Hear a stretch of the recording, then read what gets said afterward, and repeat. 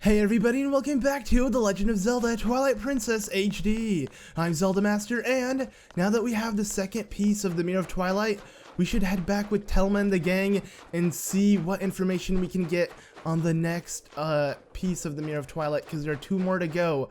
But before I do that, since we are here still in Snow Peak, because last time Yeta gave us a piece of the Mirror of Twilight after having to fight her for it. It wasn't as easy as we thought it would be, but yeah, she gave us a piece, and now they're both up here. She's doing much better because she was sick, and it was all because of the evil inside the mirror. And if you actually look at her face, yeah, I kind of paused at a really weird frame. But long time since we meet. Not really. I mean, it's been an episode, so yeah, but why feeling better, Nice weather for sleds. Yeah, so we're gonna go ahead and go sledding with him and race him home. This is pretty much like a minigame you can do in your time to do this. You're not gonna get anything out of it besides being able to go up against Yeta, his wife, because she's actually much better than Yeto, which should be obvious because Yeto, actually, I don't know, you know, Yeto's big, so you'd think he would, you know, kind of accelerate, especially heading down a hill. It could be a lot easier for him, but Yeta does sled differently. She kind of sleds like a penguin, which you're going to see, and she's much more difficult. Overall, this is still really cool, and I love the music that it plays. Like, I feel like I'm in like a racing game, kind of. Like, I don't know, I just really like this section within the game, and hopefully I can do well without hitting a tree. I like how I literally said that as I did hit a tree. That's kind of weird, but it's fine, because like I said, with Yeto, he's pretty easy. Like, you can get away with a mistake or two, especially if you take this shortcut here, which I failed to show off when I first came down here. So yeah, might as well show it off now. Plus, I'm gonna have to get used to it, because I need to take this exact shortcut when racing Yeta. She's really difficult, I'll tell you the least. Like, you can see Yeto on the map right now, and he's the red dot. He is nowhere near me. Like, I destroyed him, even though I hit the wall and slowed down Link's progress. Just like this again, and I'm pretty sure I'll be fine. Yeah, we're good, because I think Yeto's time is like 25 seconds. 125, that is. Actually, maybe even less. Like, it might be 130. Either way, his wife does so much better, so yeah, we'll see what happens next. So, you beat Yeto. You good, you worthy sledder. You want rematch? You go up, back up mountain. Yeah, so they don't offer you to head back up the mountain. We're gonna have to go ahead and warp, but it doesn't really matter because we can warp near them. Midna's not gonna deny us, because with most people, it'd be an issue. But I guess they don't really look around, plus they don't really care. I mean, they're beasts. I doubt they would care. I never actually tried to warp in front of them. I can't really think of the game letting you be able to do that, though. Let's go ahead and actually see. So if I go ahead and head up towards them and then try to transform into human, yeah, it won't let me, of course. I mean, clearly, any NPC, it won't let you, but I can stand right by them and do it, right? Yeah, because they don't really pay attention. They stare at each other. That's the thing. They don't stare at us. They're too in love, you know, to actually stare at anyone else, I guess. But yeah, I wonder what happens if you speak to him again. You race. Okay, we don't want to race him again. Now let's go ahead and race her. Yeah, let's race Yeta. So you beat husband. You good. You race Mia? Yeah, let's do it. Sure. So race to house. Alright, so now I actually have to play this well, because like I said, Yeta, she's good, and as you can see, she's sledding like a penguin. So let's go ahead and do some cool, okay, well, I didn't do it there. Let's do some cool spins like this, or whatever, I don't really know. I'm just gonna try to play this well without losing to her. I'm just afraid that I'm gonna end up hitting something, because I'm really bad at actually controlling the sled coming down. I don't know why, and I'm really bad at the jumps too, but I really want to do these jumps. These are actually harder to execute, because one thing, Link spins and he's in the air for a longer period of time, plus you have to charge it up like this, because I'm literally charging up my Master Sword to do an attack. But this might be fine, right? Okay, yeah, we're good. You were able to avoid all of that. I like how you can hear her in the background as well. It's kind of funny, but she is literally going to take the shortcut, so make sure you do as well. And I kind of want to move the camera angle to see behind me, but I'm not going to risk it. Which was like Mario Kart, where I can just like press in the analog stick and it will give me a 180 like view of the back or something. That'd be pretty nice. But okay, so this is the hardest part for me. For some reason, I choke up at this section, but I think I'm doing fine. It's just, I don't know why this turn is usually pretty tough for me, but no, I was able to do it, and yet it should be right behind me. I believe she gets like 20 or 1 minute and 18. I don't even know, to be honest. Maybe it's 120 or maybe it's like right after 115. Either way, try to get less or a little over 115 and you'll be able to beat it. So yeah, she is gonna give us a token out of respect, and that is a piece of heart. Yeah, we got another heart from them, one being a heart container and now a piece of their heart. How many hearts do they have?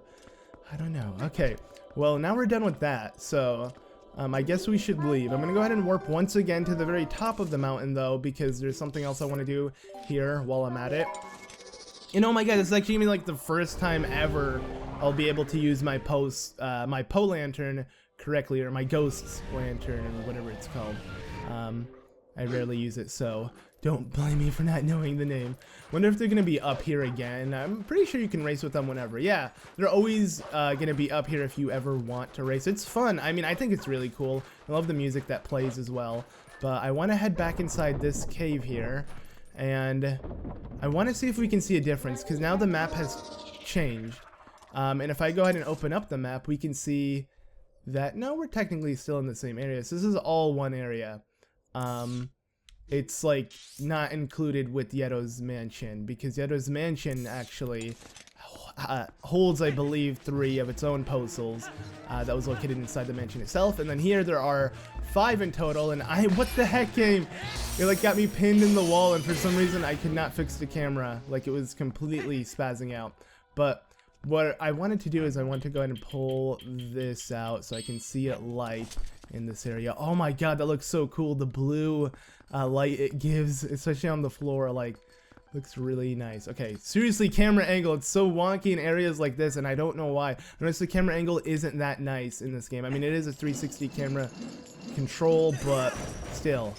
Alright, so I want to break that one first so I can get the chance to quickly switch. And yes, there is one more Poe located here, as you can see if I go ahead and open my map. It says, yeah, 4 out of 5. So now if I kill it, it should switch to saying 5 out of 5. So yeah, another Poe for the soul, not bad. I'll go ahead and show it off. I just feel like I should show all of this off because I never got the chance. I kind of just run through it, and for some reason a lot of people were requesting for me to use, or not a lot, I always say a lot of people, but it's usually like a couple people that I notice point this out, and that is to use the Poe lantern. So I just really want to use it because some people wanted me to, I guess. But okay, so we're done with this. Now I want to go ahead and warp to, let's see, so we got the Poe. I believe there's really nothing else I need to do right now, so I guess that we have the ball and chain. There is something I can do in the very north section of Hyrule. Not up here though, not actual Snow Peak. That's super north of Hyrule. Actually, most so on this map, northwest of Hyrule. But to the very north, there's a little puzzle you can do with the ball and chain. It's kind of like a mini block puzzle dungeon, and I actually enjoy doing it a lot, but I can see a lot of people disliking this dungeon. It's not really a dungeon, by the way, it's just like a small area to get a piece of heart, which I'm gonna do. And speaking of which, let's go ahead and quickly check out. Oh, 3 letters, dang, I'm famous, dude. That's awesome. And I love how he does can't help it, but it's pretty hilarious. Actually, I love all of his sound effects, especially when he's running. I think the Postman is a pretty unique character. And I like how Zelda has a lot of humorous characters like the Postman, and just in general there's a lot of really like random characters. A really good example would be Tingle, even though he's not in this game. I mean, I guess the Postman makes up for it, as well as, like, I don't know. I always found the Okus to be pretty weird, but maybe some people might disagree. Maybe some people find their designs unique. I always thought they were really weird and random, and they were maybe meant to be as a joke type of character. I mean, especially with the body of like a small bird and then the head of a human. Like, I don't know, I always thought it was really weird. But at the same time, I heard it's actually based off of something. But I don't really know what, so I just might as well not get into that because I'm going to sound pretty dumb if I ever try to, because I didn't really do my research on all of that. But kind of waiting for the music to settle in because I love the music that plays here at night. but no, that's besides the point. What I'm mainly on Epona here for and heading up north to Hyrule is because, like I said, there is a little cave you can enter, but you're going to need your ball and chain for it. So I want to go ahead and take care of that. And I just feel like it's the best time to do it is right after you get the ball and chain, of course. Kind of like to cover things as soon as I can. And that's why in the upcoming episodes I'm barely going to be doing side quests, because I covered pretty much all the main overworld side quests. So pretty much all that's left is areas I have yet to discover to obtain things, and that means there's not going to be many episodes in between like temples, because I don't really have much to do now. Like I'm pretty sure aside from this episode, we're going to try to be heading to the temple, like the next temple and the next one, and then we should be already there within the next one. If that is the case, then yeah, it's pretty straightforward. But okay, so the very first puzzle here is really simple. The reason why you need your ball and chain, of course, is to open up the ice that was blocking here. I'm going to try to do this in a way to where it seems really simple and easy, I guess, to follow, because I just don't want to do this in a bad way, I guess, if that makes any sense. Like, I want people who might struggle on this block puzzle to follow along. It's overall, though, really easy, because all it is you're going to use one block to hold the other blocks, because it slides on ice, so it always has to slide to the very end of it. So as long as this block right here is in place, I can keep pushing ones down and then forward like this. So now what I need to do is go ahead and do that, push this up, then push it to the side, and we're done. That's actually, okay, what am I saying? We're not done. For some reason I thought it was under there. But don't worry, we're technically done, because now all I need to do is push this one down. There might be an easier way to do this, but I just want to solve all the block puzzles the exact same way. Plus, I'm kind of just doing it off the top of my head. Like, there isn't, I don't think at least there's like a unique way to push it. I mean, I'm sure there might be. Alright, so with this one, since there happens to be one block missing here, we're going to try to use this to our advantage. So, let's see, which one do I want to push down first? I guess it'd be smart to push down this one, because this one would be the most difficult one. So I'm just gonna go ahead and push this down here, and once again pretty much rinse and repeat what I was trying to do earlier, and that is push these guys up into it. So just like, actually wait, what am I trying to do? This, there we go. I'm trying to keep this down. Or not, am I? Yes. Okay, my bad. I'm completely not paying attention to what I was trying to do. I just realized how boring these are. All right, there we go. Now this one's complete. Now all that's left is the one right here, which I believe all we need to do is push it like this. Wait, did it open up? Oh, I thought it did. I was like, did it open up already? But no, that was only one side of it. So now if I do this, and then I'm not really thinking this one through, to be completely honest with you guys. I think it's pretty much as straightforward as this. You just push this down like that. Whoa, I'm completely spacing out right now.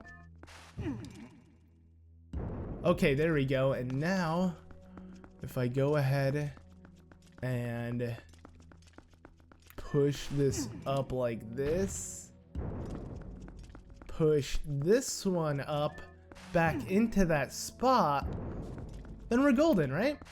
That wasn't that hard. For some reason I completely spaced out. I'm just like, oh god, do I really not know how to do this?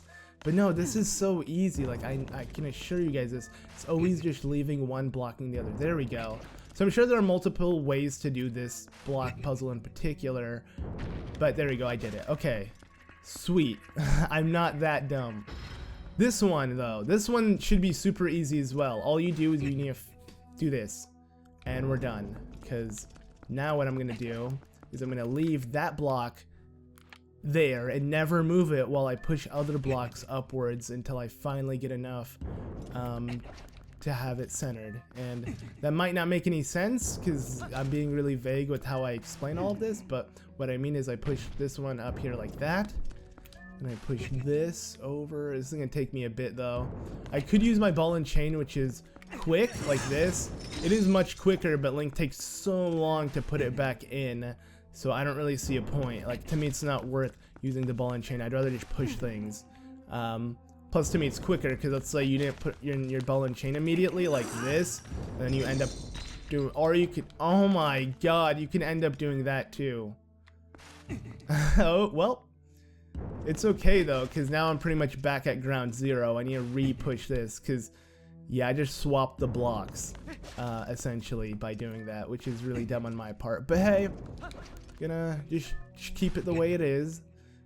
Let's not use the ball and chain for another reason now, because it can hit multiple blocks at a time. It just depends on how you launch it, which was really dumb on my part. But yeah, so now let me show you what I meant by that. So since there's that block over there still waiting, it will hold this block, pushing it closer by one, and now I just need to do that again to the last one. And this is what I mean, like, there's these block puzzles all consist of the same strategy. It's using an additional block to get you to where you want to go, and that's why they give you additional blocks. So overall it's just really straightforward in my opinion, but somehow I was struggling on the second one. Or I wasn't struggling, I was spacing out really hard, because normally when I record this game I kind of go on like autopilot mode. I don't even need to pay attention to what I'm doing, but this is the first time I did, and that's kind of sad. How like little effort sometimes this game takes for me, because I guess I just play it so much, especially this game in particular. Like, I've played it so many times that for my notes, like if I were to put notes, if I were to do a lot of side quests, I just put like one word. Like for this I would just put block, and I know what I mean. Like in my notes it literally says block. I'm like, oh okay, so I gotta do the block puzzle. That's what I need to do. I want to try this out. Ha! Yeah, and oh, speaking of hidden sword skills, might as well learn my next one, because we have the dude waiting for us, actually. Bam! It's gonna kill anyone in one hit, I'm pretty sure, with the Master Sword, because it's really strong. The Mortal Draw, I believe, is the name for it. But what I wanted to do now is I wanted to head over to Kakariko, because if you can look at, if you can't tell, yeah, on the map there is a golden wolf, which means we can learn a new hidden ability. It's been on there for, I believe, since before Arbiter's Grounds, I want to say. Oh, no, Arbiter, wow, not that long. What am I talking about? Before Snow Peak, that is, Snow Peak Ruins, because the Howling Stone was on top of Snow Peak Mountain. Not Arbiter's Grounds. I mean, it hasn't been that long since Arbiter's Grounds either, but that's not what I was thinking of for some reason. I don't know what made me think that there was even a Howling Stone in Gerudo Desert. I don't think there is. I was just thinking of the hidden skill we learned there. That's the last time we learned one.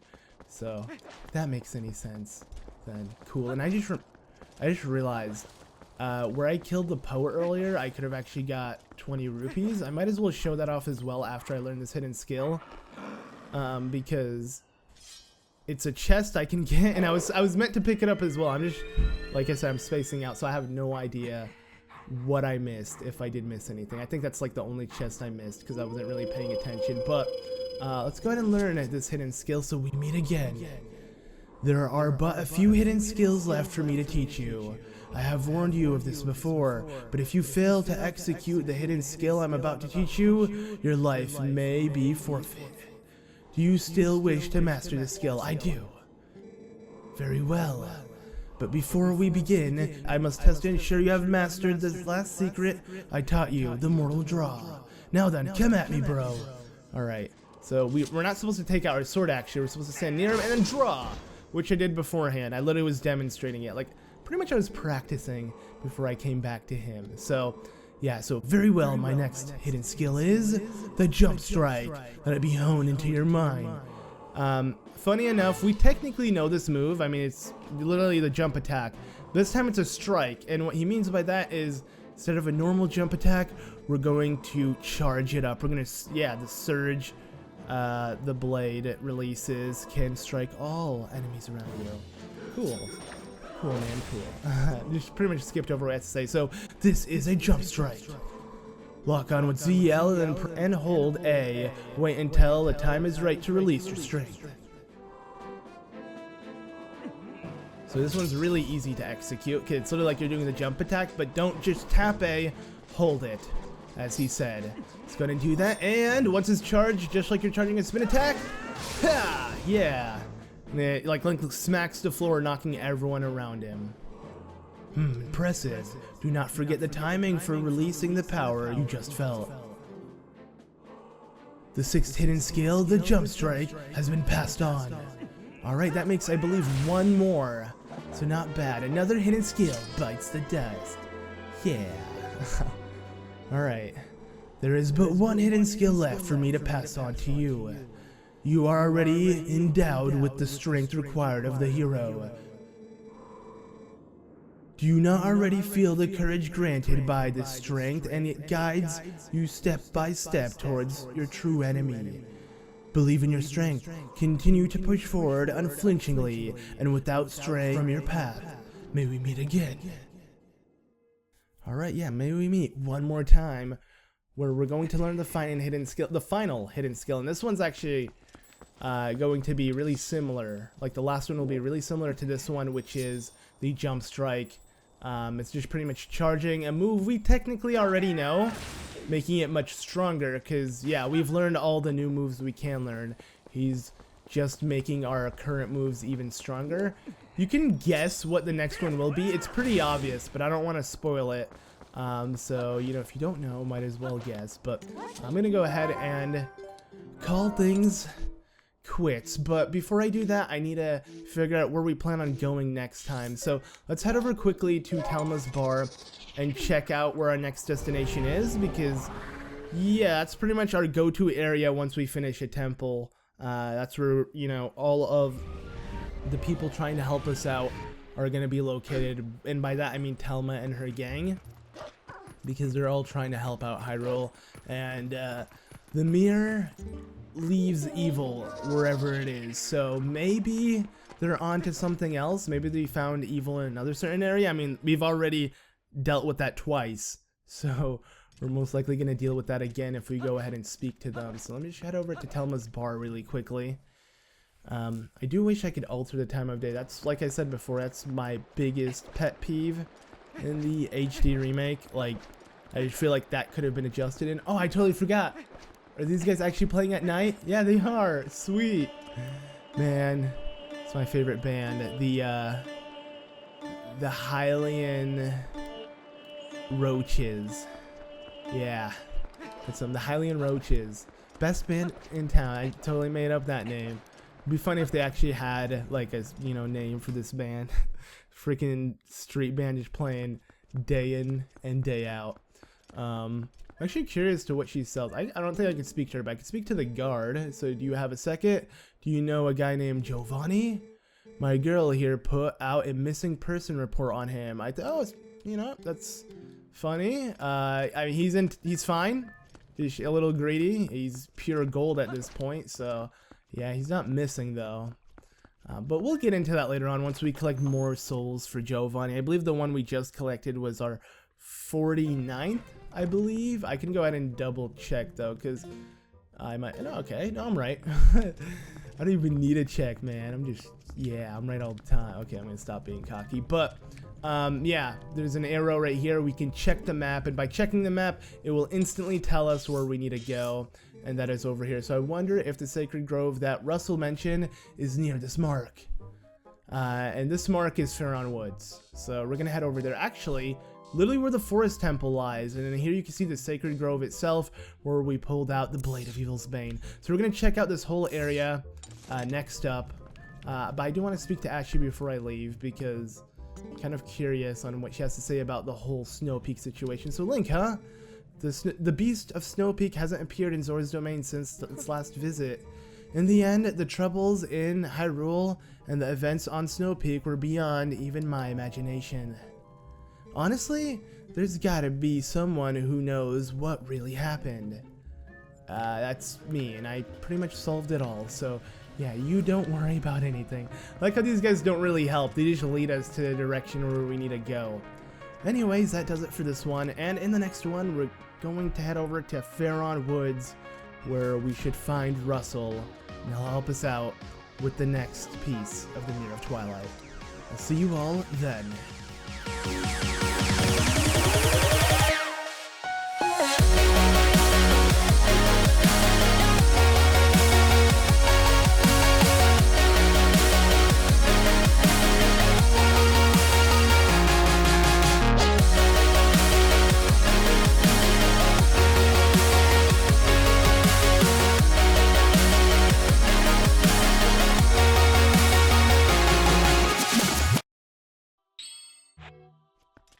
A 1, a 2.